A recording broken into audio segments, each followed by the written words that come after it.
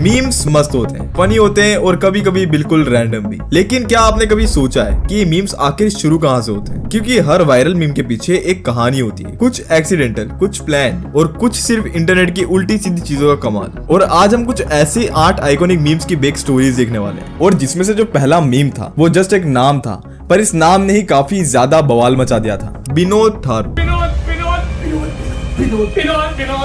विनोद कौन है बे? Vinod stop it. Who is Vinod? Well ये मीम इतना ज्यादा पॉपुलर था कि लोग सिर्फ एक नाम के चक्कर में इंडिया ही नहीं पूरे इंटरनेशनली लोग एंड क्रिएटर्स भी परेशान थे। ऑडियंस सबकी लाइव चैट में जाकर के विनोद स्पैम करने लग गई थी। कोई पिक्चर हो या कोई स्ट्रीम या कोई सा भी प्लेटफॉर्म क्यों ना हो, हर जगह पर लोग सिर्फ विनोद ही स्पैम कर रहे थे। पर आखिर ये सब शुरू कहाँ से हुआ था? वेल इन सब की शुरुआत हुई थी आज से 4 साल पहले, जहाँ पर स्ले पॉइंट ने एक वीडियो बनाया था जिसका टाइटल था why Indian comment section is garbage. और तब लोगों के सामने आया ये कमेंट, विनोद थारू। बस विनोद। 7 लोग इस कमेंट की विनोदता से इंप्रेस हो गए, जिसके बाद लोग मजाक में ही सही पर इस कमेंट को काफी ज्यादा स्पैम करने लग गए थे। यहाँ तक कि पेटीएम ने भी अपना नाम चेंज करके विनोद कर लिया था। नासा लाइव पर भी यही स्पैम किया जा रहा था। सो ओवरऑल ये नाम ही काफी ज्यादा पॉपुलर हो चुका था और ये नाम ही काफी बड़ा मीम बन चुका था। लेकिन इसी वजह से इतने ज्यादा कमेंट्स हो गए थे कि काफी लोगों ने अपनी प्रोफाइल पिक ही चेंज कर ली, जिससे पता नहीं लग पाया कि एक्चुअल विनोद कौन था। पर एक बंदे ने प्रूव करके एक वीडियो डाला कि वही विनोद है, मुतहर अनस। शायद आप मुतहर अनस को जानते हो, और अगर तुम्हें अभी तक नहीं पता लगा कि ये कौन, तो शायद तुम इस मीम से उन्हें जरूर से जानते होंगे। वैसे तो मुतहर यूपी के हैं जो अभी के टाइम कनाडा में रहते हैं, और इस हंसी को उन्होंने वहीं पर शूट किया था। और वो अभी के टाइम पर एक काफी पॉपुलर चैनल सम ऑर्डिनरी गेमर्स पर कंटेंट क्रिएट करते हैं। और ऐसे ही 31 अगस्त 2016 में उन्होंने उसी चैनल पर एक वीडियो भी डाला था जिसका टाइटल था वियाबू स्क्रीमर क्रिंज, जहाँ पर वो एक लो क्वालिटी जापानीज गेम खेल रहे होते हैं, पर उसी को खेलते वक्त उसमें एक जंप स्केयर आ जाता है। पर उस जंप स्केयर को देखने के बाद डरते तो बिल्कुल भी नहीं है, बल्कि उस जंप स्केयर को देखने के बाद वो हंसने लगते हैं।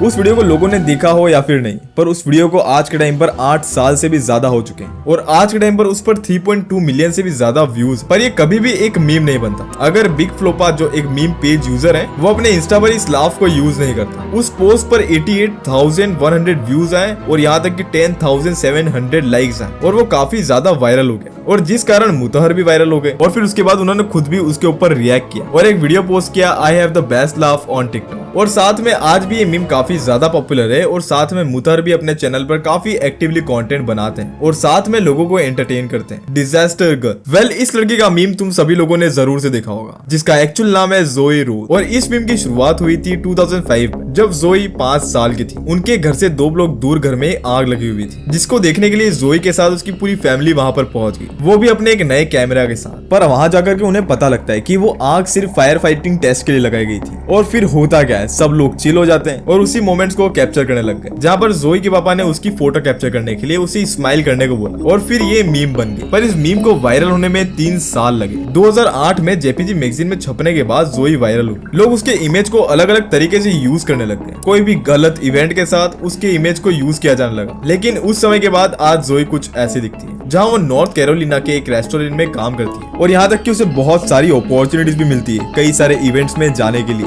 पर 29 अप्रैल 2021 जोई को उसका मीम बनने का बहुत बड़ा फायदा हुआ, और इसको एज ए NFT ऑक्शन किया गया था, और इससे जोई को काफी ज्यादा प्रॉफिट हुआ और उसे काफी ज्यादा फायदा हुआ अपने मीम बनने का। भाई एक रैंडम फोटो से क्या कुछ नहीं हो सकता। मोमिन साके। तुमने ये मीम काफी ज्यादा अमाउंट में देखा होगा। अभी के टाइम पर तो पता नहीं लोग इस मीम को इतना ज्यादा इस्तेमाल करते हैं या फिर नहीं, पर ये उस टाइम पर एक लेजेंडरी मीम हुआ करता था। वेल इस पाकिस्तान के दुखी आदमी का नाम है मोमिन साके, जो कि ऑलरेडी एक यूट्यूबर थे, और मोमिन ने अपने पढ़ाई किंग्स कॉलेज लंदन से की, जहाँ पर वो बेस्ट स्टूडेंट्स की लिस्ट में हुआ करते थे। पर आज उसी बेस्ट स्टूडेंट को लोग ऐसा जोक यूज करते हैं, क्योंकि साल 2019 के इंडिया वर्सेस पाकिस्तान के मैच में जब पाकिस्तान हार गई थी, तब पाकिस्तान के लोग सभी दुखी थे, पर उससे ज्यादा जो उदास इंसान था वो था मोमिन, और जिसे दुखी देखकर दुनिया मीडिया ग्रुप अजहर जावेद ने उन्हें कवर किया। ओ भाई मारो मुझे, मारो मुझे, मारो नहीं ये मजाक हो रहा है, एक सेकंड यार मजाक हो रहा है। और इस वीडियो के बाद वो इंस्टाग्राम पर भी काफी ज्यादा पॉपुलर हुए हैं। और अगर इंडिया वर्सेस पाकिस्तान के मैच में अगर लोगों को किसी का इंतजार रहता था तो वो था मोमिन। एल रिसीटर्स। ये मीम जून 2007 में बना, जब एल रिसीटर्स ने एक स्पेनिश टीवी शो में इंटरव्यू दिया था, जिसमें वो काफी अलग तरीके से हंस रहे होते हैं।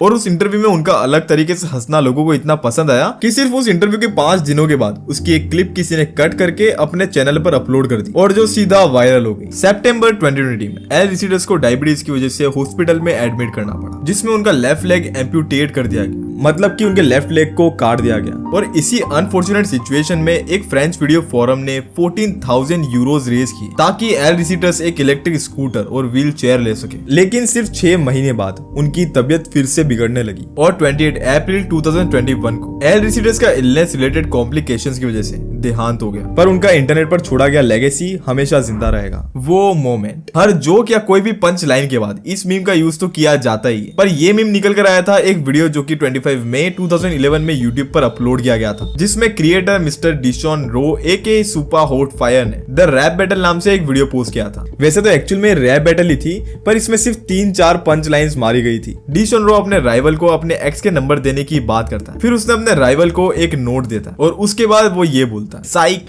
That's the wrong number.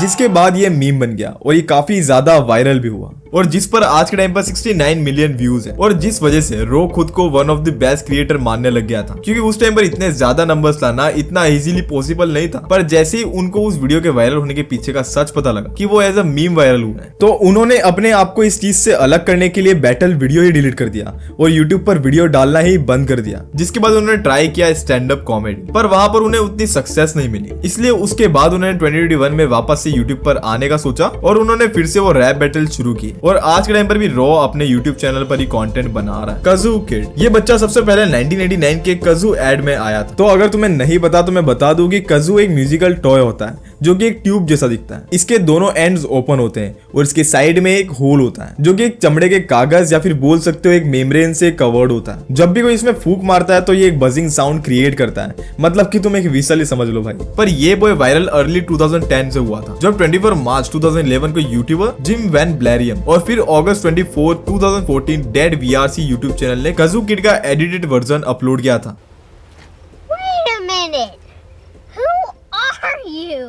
और बस 2 ही साल में कजू का वीडियो 5 लाख व्यूज और 2200 कमेंट्स मिले, और जो कि उस टाइम पर बहुत बड़ी बात हुआ करती थी। जिसके बाद तो ये मीम ही काफी ज्यादा पॉपुलर हुआ, लोग इसे यूज करने लगे। पर आज के टाइम पर ये बच्चा कुछ ऐसा दिखता है। कॉलोराडो में रहने वाले ब्रैड एम्बलर, यानी कि लोग उसे अपने असली नाम से as a singer and actor जानते हैं। और आज के टाइम पर ब्रैड की गर्लफ्रेंड एमेंडा से शादी हो चुकी है, पर 8 साल की उम्र में जब वो मीम बना था वो लोगों को हमेशा याद रहेगा। जेवियर, यह है जेवियर जिसके फोटो वाले अकाउंट और मीम्स दिखते रहते हैं। पर आखिर ये एक्चुअल में है कौन? 2013 में एक ट्विटर अकाउंट बनता है पकालू पपीतो नाम से, वो भी इसी फोटो के साथ, और जिसका पहला ट्वीट था, hello Twitter I am single. Pakalu Papito उस टाइम पर एक बड़ी उम्र का अंकल बन गया जो ट्विटर पर प्यार ढूंढ रहा है और उसके फनी और रिलेटेबल ट्वीट्स वायरल होने लगे। ट्विटर अकाउंट बनने के 2 साल के अंदर ही उसके 7 लाख से भी ज्यादा फॉलोअर्स हो गए थे और सभी लोग ये जानना चाहते थे कि आखिर ये है कौन। लेकिन 2018 में अचानक से उसका ट्विटर और फेसबुक अकाउंट सस्पेंड हो गया और फिर कोई तरीका ही नहीं बचा उसे ढूंढने का, क्योंकि उसी के जैसे कई नाम वाले बहुत से फेक अकाउंट्स बन जाते हैं, वो भी उसी प्रोफाइल पिक के साथ। और ऐसे ट्विटर अकाउंट इंडिया में जेवियर के नाम से पॉपुलर होने लगे। पर ये आदमी एक्चुअल में कौन है? वेल, इस तस्वीर वाले इंसान का असली नाम जेवियर नहीं है, इनका असली नाम ओम प्रकाश है और ये IIT कानपुर में टेक्निकल सुपरिटेंडेंट की पोस्ट पर है। IIT कानपुर की वेबसाइट पर तो फिलहाल इनकी ये फोटो है, पर इससे पहले उनकी ये जेवियर वाली फोटो थी और इन दोनों फोटो से तुम पता लगा सकते हो कि ये दोनों पर्सन एक ही हैं। बाकी इसके अलावा तो उनका कोई फोटो या फिर वीडियो तो है ही नहीं। पर ये बात तो कंफर्म है कि ये अकाउंट्स को ओम प्रकाश जी ने तो बिल्कुल भी नहीं बनाया था।